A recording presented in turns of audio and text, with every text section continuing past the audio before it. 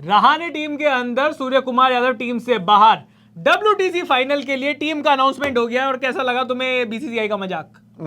हाँ मतलब ये कैसा मजाक हो रहा है यार? और मतलब रहाणे IPL में इतना बढ़िया खेल रहे हैं, हाँ। तो टेस्ट खिलाएंगे ना। तो भाई पहली बार ऐसा हुआ है कि अभी तक तो ऐसा होता था कि BCCI IPL से सिर्फ T20 टीम के लिए लोग सिलेक्ट करती थी, वनडे के लिए सिलेक्ट करती थी। इस बार अजिंक्य रहाणे की बेहतरीन IPL परफॉर्मेंस को देखने के बाद BCCI ने बोला कि तू टेस्ट मैच खेलेगा। ओडीआई शोडीआई तो रहने दे यार, तू क्या तेज ही तो खेल रहा है, क्या हो गया? क्या ओडीआई में थोड़ी तेज रन बनाता है, T20 में थोड़ी तेज रन बनाता है, टेस्ट में तेज रन। शायद इसी वजह से वो जो मिडिल ऑर्डर में जो सूर्य कुमार यादव की जो जगह थी उनको बाहर किया।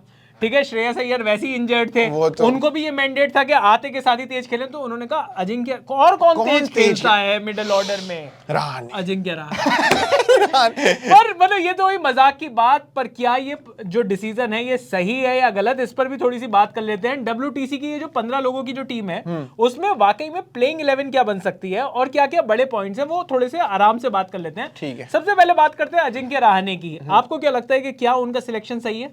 मेरे हिसाब से सही है, बिल्कुल। क्योंकि फॉर्म है। देखो, फॉर्म के बेसिस पे हम लोग तो चलते हैं कि अगर किसी का बल्ला चल रहा है और उसका खेलना बनता है तो भाई जो परफॉर्म करके दिखा रहा है तो उसको तो लेना चाहिए। और रहाणे ऐसा नहीं है कि टेस्ट मैच खेले नहीं हुए, बहुत एक्सपीरियंस्ड है। और पिछली बॉर्डर गवास्कर ट्रॉफी थी उसमें रहाणे कैप्टन रह चुके हैं और वहां पे जो ऑस्ट्रेलिया में खेले थे। उसके अलावा रहाणे के जो इंग्लैंड में भी सेंचुरी आई हुई है, लॉर्ड्स में वो सेंचुरी मार चुके हैं। उसके अलावा रहाणे जब टीम से बाहर थे तो डोमेस्टिक क्रिकेट लगातार खेल रहे थे, मुंबई के लिए क्रिकेट खेल रहे थे और बढ़िया रन, 500 से ज्यादा रन मारे उन्होंने, 2-1 सेंचुरीज मारी।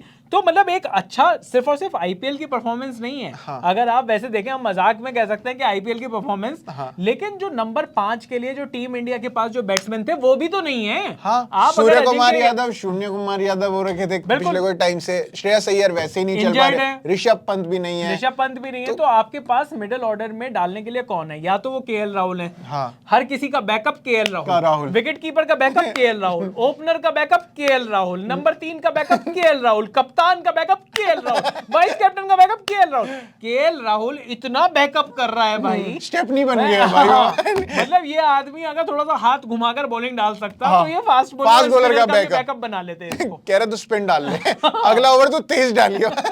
तो मतलब KL राहुल को एज अ बैकअप चुना गया है। और ये एक दूसरी भी बड़ी बात है। तो पहली बात तो ये कि अजिंक्य रहाणे का जो सिलेक्शन है वो कहीं ना कहीं हमें बिल्कुल सही लग रहा है। ऑल्दो कई लोग कहेंगे कि इसमें कंसिस्टेंसी नहीं है इस चीज में, क्योंकि पिछले कुछ टाइम से बाहर है। देखा जाए तो हनुमा विहारी भी बाहर ही बैठे हुए हैं, जबकि अच्छा बीच में खेले भी थे। बिल्कुल यार, लेकिन हनुमा विहारी को तो जब मौका मिला ना यार, उन्होंने परफॉर्म किया है। पर फिर वो बीच में कई बार इंजर्ड भी रहे हैं। आप कहो तो वहां पे बॉर्डर गावस्कर ट्रॉफी में हैमस्ट्रिंग इंजरी हो गई उनको। हाँ। उसके बाद अभी हमने देखा डोमेस्टिक क्रिकेट में भाई राइट हैंड में इंजरी हो गई, लेफ्ट हैंड से खेलने आ गया। हाँ। तो वो हनुमा विहारी के साथ भी तो मुझे ऐसा लगता, सोशल मीडिया पे भी तो एक्टिव नहीं है, एक्टिव आदमी नहीं है ना, दिखाई नहीं देता, इंस्टाग्राम पर दिखाई नहीं दे रहा हनुमा विहारी। रील बनाओ हनुमा भाई। मतलब कई लोगों को तो लग रहा था भाई का नाम बिहारी है, ठीक है ना, हनुमा विहारी को नहीं, मैं हनुमा विहारी नाम है मेरा।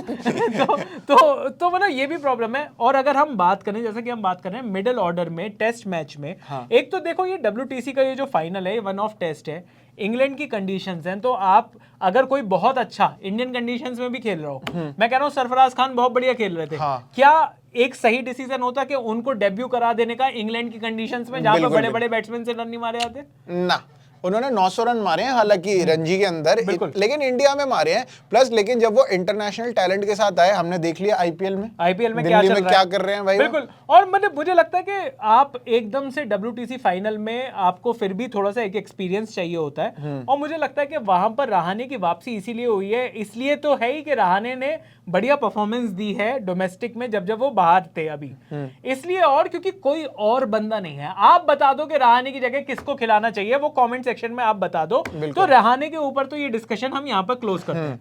दूसरा डिस्कशन है कि भाई इस टीम में विकेट कीपर कौन होगा, क्योंकि विकेट कीपर के नाम पर सिर्फ एक ही आदमी लिस्टेड है, KS भरत। और वहां पर बहुत सारे लोग अभी से ये कह रहे हैं कि KS भरत ने जिस तरीके की घटिया बैटिंग, घटिया तो नहीं कहेंगे, अंडर पार बैटिंग, हाँ घटिया ही थी यार वो, एवरेज भी नहीं थी सही यार, सही लगा लो, नहीं घटिया ठीक भी नहीं, घटिया घटिया बैटिंग करी थी घटिया केएस बैटिंग भरत करी ने। थी हम यार। क्यों अपने हम आप क्यों को वो बोले, करें? हम ठीक नहीं है ना सच है। भाई, बेकार ही बैटिंग करी थी, ठीक है टर्निंग ट्रैक्स थे, हाँ। पर मैं ये कह रहा हूँ कि जो ट्रैक टर्निंग नहीं था वहां पर तो चलो उनकी बहुत ज्यादा बारी नहीं आई, पर उसमें भी थोड़ा सा दिखाई देता है ना यार, ऐसा तो है नहीं कि कनेक्शन turning track नहीं हो पर- रहा था हाँ, यार connection उनके नहीं बल्ले हो से रहा, यार, और कनेक्शन नहीं हो रहा था, इस वजह से आशीष नेहरा नहीं खिला रहे हैं यार उनको। और दूसरी और बड़ी बात, विकेट के पीछे भी बेकार विकेट कीपिंग हाँ। कर रहे थे, सिर्फ और सिर्फ ऐसा नहीं कि बैटिंग में खराब थे, विकेट के पीछे भी केएस भरत बहुत अच्छी विकेट कीपिंग नहीं कर रहे थे। बिल्कुल। और यहाँ तो इंडियन पिचेस थी, स्पिनर्स के अगेंस्ट आपको विकेट कीपिंग करनी थी।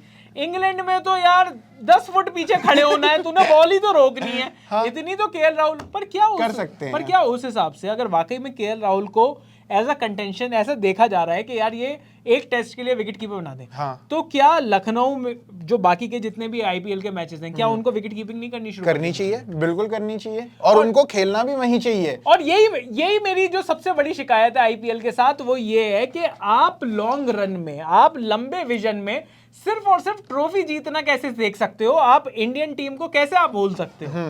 तो अगर टीम इंडिया वाकई में टीम मैनेजमेंट इस तरीके से सोच रही है कि KL Rahul as a wicket keeper वो खिलाना चाहते हैं वन ऑफ टेस्ट में, डब्ल्यूटीसी के फाइनल में बैटिंग को मजबूत करने के लिए, तो मुझे लगता है कि अभी से पूरे आईपीएल में भी केएल राहुल को दस्ताने पहन लेने चाहिए। दस्ताने पहन लेने पूरे चाहिए। सीजन में करी थी ना हाँ। Wicket keeping. और थर्ड डाउन या फोर्थ राउंड आके खेलें, जहां पे आपको खेलना है, चाहे वो ओडीआई वर्ल्ड कप हो, चाहे वो टेस्ट मैच हो, जहां पे आप अपनी जगह सोच रहे हो कि मैं थर्ड डाउन आके या फोर्थ डाउन आके मिडिल ऑर्डर संभालूंगा, तो आप आईपीएल में भी वही करो ना, वहां पे ओपन करके क्या हो जाएगा। बिल्कुल, और आपके एज एन ओपनर हमने देख लिया कि एज एन ओपनर आपको और ज्यादा चांसेस नहीं मिल सकते, जितने ज्यादा चांसेस दिए उसमें आपने बहुत कुछ उखाड़ कर किया नहीं। हाँ। अब हमने देखा कि ओडीआईज में आप नंबर 5 पर खेल रहे हो, एज अ विकेट कीपर खेल रहे हो, वहां पर बढ़िया परफॉर्मेंस भी दे रहे हो। हाँ। मुझे लगता है आईपीएल में भी अगर शायद थोड़ा सा लोअर डाउन द ऑर्डर आ जाते, वही वाला दिखाते कि लंबे छक्के फिनिशर बनने की कोशिश करते, कम से कम टीम इंडिया का फायदा होता उसमें यार। लेकिन यहाँ पर मुझे लगता है कि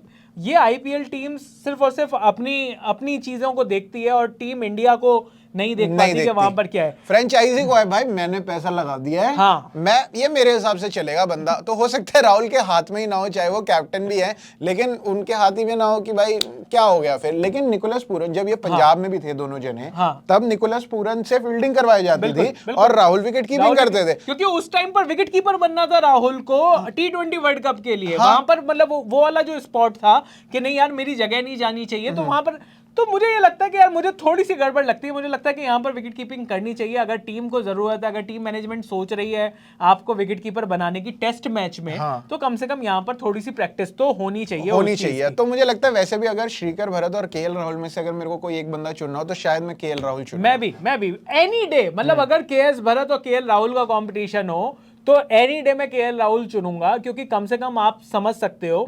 देखिए यहाँ पर आपकी ओपनिंग जोड़ी सेट है, शुभमन गिल और रोहित शर्मा बढ़िया बैटिंग कर रहे हैं, वो सेट है। आप नंबर 5 पर आ रहे हो तो वो वाला प्रेशर केएल राहुल के ऊपर नहीं है। बॉल भी थोड़ी सी पुरानी हो गई होगी। केएल राहुल बढ़िया बैट्समैन है, अगेन इंग्लैंड में इनके नाम पर भी सेंचुरीज आई हुई हैं। फॉर्म जब अच्छी नहीं चल रही एज एन ओपनर, तो एक वहां से भी एक ब्रेक मिलेगा। मुझे लगता है कि एक वो कॉम्बिनेशन कम से कम इस टेस्ट मैच के लिए ठीक है।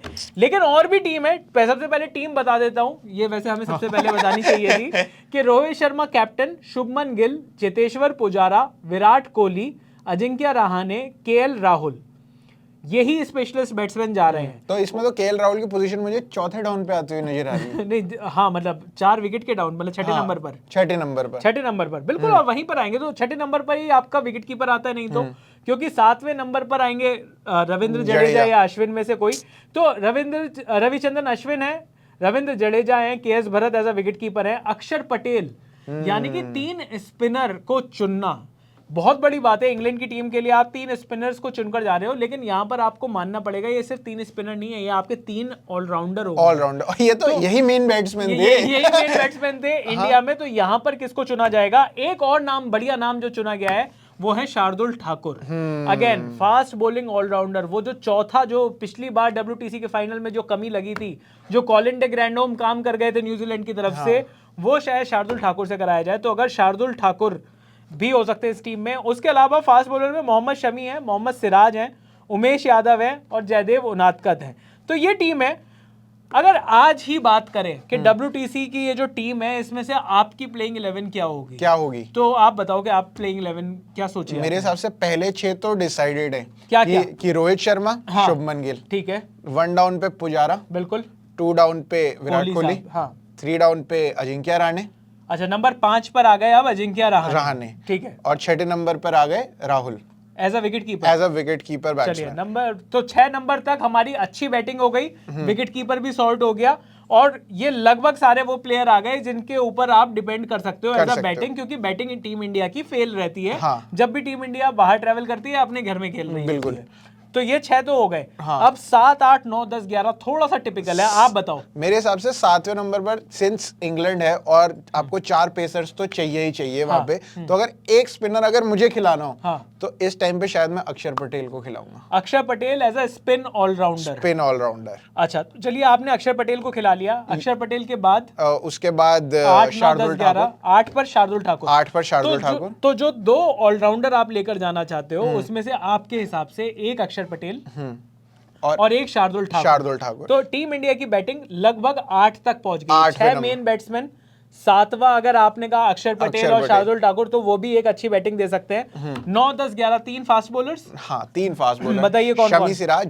शमी सिराज और उमेश यादव या जयदेव उनादकत। मतलब उमेश यादव और जयदेव उनादकत में से मैं थोड़ा सा कंफ्यूज रहूंगा, लेकिन मुझे लगता है उमेश यादव को खिलाएंगे, क्योंकि उमेश यादव इंडिया के बाहर अच्छी बॉल डालते हैं यार। और पर जयदेव उनादकत का जो लेफ्ट आर्म वाला जो एंगल है, क्या आपको लगता है कि वहां से थोड़ी सी वैरायटी और आएगी? आ सकती है। तो यहाँ पे मतलब मुझे 2 कंफ्यूजन है, एक तो रविंद्र जडेजा और अक्षर पटेल की, कि इन दोनों में से अश्विन नहीं है आपकी टीम में? अश्विन नहीं है। ओके। क्योंकि अश्विन से मेरे को तब वो है कि जब प्रॉपर अगर स्पिनिंग ट्रैक है तो अश्विन को मैं 100% रखूं कि वो बैटिंग भी कर लेंगे और स्पिन तो बढ़िया कराएंगे। लेकिन यहाँ पे मुझे लगता है कि सिंस थोड़ी तेज डालने वाली ज्यादा जरूरत है, तो अक्षर पटेल और रविंद्र जडेजा की स्पीड जो है वो समवॉट सिमिलर है, तो वहां पे जडेजा या अक्षर में से कोई, और उमेश यादव और जयदेव उनादकत में से कोई। मेरे लिए प्रशांत टीम लगभग ऐसी सी है। मैं भी अगर KL राहुल और KS भरत में अगर देखो टॉप 5 तो मुझे लगता है अब चुन लिए गए हैं। अब ऐसा नहीं है कि अजिंक्य रहाणे को टीम में जगह मिलेगी या नहीं मिलेगी, वो तो जा रहे हैं एज अ नंबर 5 जा रहे हैं। लिख कर ले लो आप ये एज अ नंबर 5 जा रहे हैं। तो नंबर 5 तक तो आपकी बैटिंग डन है। नंबर 6 पर जो आपका विकेट कीपर है, KS भरत या KL राहुल, मैं तो KL राहुल को खिलाना चाहूंगा, क्योंकि मैं KS भरत की ना विकेट कीपिंग से इंप्रेस हूं, ना उनकी बैटिंग से इंप्रेस हूं, और मुझे ये भी पता है कि ये जो इंग्लैंड में टेस्ट मैच है, यहाँ पर आपको विकेट कीपर, बहुत स्पेशलिस्ट विकेट कीपर नहीं चाहिए। तो ये 1 ऑफ टेस्ट के लिए जब तक ऋषभ पंत नहीं वापस आ रहे तब तक तो मैं KL राहुल से काम चला सकता हूँ। बिल्कुल चला सकता हूँ। और पता है अगर इस स्क्वाड के अंदर KS भरत के बजाय रिद्धिमान साहा होते ना, तो शायद मैं KL राहुल से ऊपर रिद्धिमान साहा खिलाता। ये भी हो सकता था। लेकिन चलिए, तो यहाँ पर जो टीम है उसी के बारे में बात करेंगे। अब नंबर 7 की बात करते हैं। हाँ। नंबर 7 पर मुझे ऐसा लगता है कि अगर मेरे पास हो टीम तो मैं रविंद्र जडेजा को खिलाऊंगा। जडेजा, मुझे लगता है कि जडेजा की जिस तरीके से बैटिंग इंप्रूव हुई है, बॉलिंग आप उनको, क्योंकि अगर मैं 4 फास्ट बॉलर खिला रहा हूं और मैं ये मानकर चल रहा हूं कि टीम जो पिच है वो फास्ट बॉलर्स को सूट कर रही है, तो मैं एक ऐसा स्पिनर खिलाना चाहूंगा। मुझे पता है कि पिच से तो बहुत ज्यादा मदद नहीं मिल रही, तो कम से कम एक ऐसा आदमी हो जो फील्ड में बहुत एथलेटिक हो, जो फील्डिंग में भी आपको बेटर बैट्समैन हो। मुझे अश्विन से और अक्षर पटेल से बेटर बैट्समैन लगते हैं रविंद्र जडेजा, लेफ्ट हैंड हो जाता है, और साथ साथ वो जो बॉलिंग भी है वो कम से कम वो विकेट टू विकेट बॉलिंग, मुझे लगता है कि वहां पर मैं रविंद्र जडेजा को देखना चाहूंगा। नंबर 8 पर जैसा कि आपने कहा, अगेन अगर फास्ट बॉलिंग है, पिछली बार बड़ी दिक्कत हुई थी, पिछली बार हमने अश्विन और जडेजा दोनों को खिला लिया था, पर हॉर्सेस फॉर कोर्सेस समझना चाहिए, मैच इंडिया में नहीं है, इसलिए नंबर 8 पर मैं भी शार्दुल ठाकुर को खिलाना चाहूंगा। बैटिंग आपकी 7 तक प्रॉपर मजबूत हो जाती है, 8 पर आपके पास शार्दुल ठाकुर का कवर है, और फिर 9, 10, 11 पर मेरे 3 बॉलर्स बिल्कुल फिक्स हैं। मोहम्मद सिराज हैं, मोहम्मद शमी हैं और उमेश यादव। क्योंकि उमेश यादव का जिस तरीके से वो रिवर्स स्विंग कराते हैं, जिस तरीके से वो सेकंड इनिंग्स में लीथल हो जाते हैं, और फर्स्ट इनिंग में भी बढ़िया स्विंग कराते हैं, बढ़िया थोड़ी थोड़ी बॉल पुरानी होनी शुरू होती है, और उमेश यादव की बढ़िया बॉल। ये मेरी प्लेइंग 11 है। आपकी प्लेइंग 11 क्या है? हमने अपनी प्लेइंग 11 बता दी, आप अपनी प्लेइंग 11 बता दीजिए। आपको क्या लगता है कि BCCI ने एक अच्छी टीम चुनी है, बुरी टीम चुनी है? वो भी आप कमेंट बॉक्स में लिखकर बता सकते हो। रवि शास्त्री साहब का बहरहाल ये मानना है कि बहुत बढ़िया टीम चुनी गई है। मुझे भी लगता है कि बढ़िया टीम है। इंग्लैंड की टीम के लिए यहाँ पर बेसिस कवर्ड है, आप इसमें कोई कमी नहीं निकाल सकते। मुझे लगता भी नहीं टीम इंडिया के पास बहुत ज्यादा चॉइसेस थी, क्योंकि आपके पास ऋषभ पंत नहीं है, आपके पास मिडिल ऑर्डर में श्रेयस अय्यर नहीं है, ऑल्दो श्रेयस अय्यर ने भी अभी तक मतलब बाहर की पिचेस पे कुछ करके दिखाया नहीं है। तो वहां पर मुझे लगता है कि अजिंक्य रहाणे फिर भी सेफ बैट है, बढ़िया बैट है। ये हमारा कहना है। आपका ये कहना है ये आप कमेंट बॉक्स में जल्दी से लिखकर बता सकते हैं। अनकट पर बाकी क्रिकेट की कवरेज लगातार चालू है। अगर आपको ये वीडियो अच्छा लगा तो आप लाइक कर सकते हैं, शेयर करिए इस वीडियो को, दूर दूर तक पहुंचाइए। मेरा नाम है चैन रस्तोगी, मेरा नाम है प्रशांत कपूर और आप देख रहे हैं अनकट।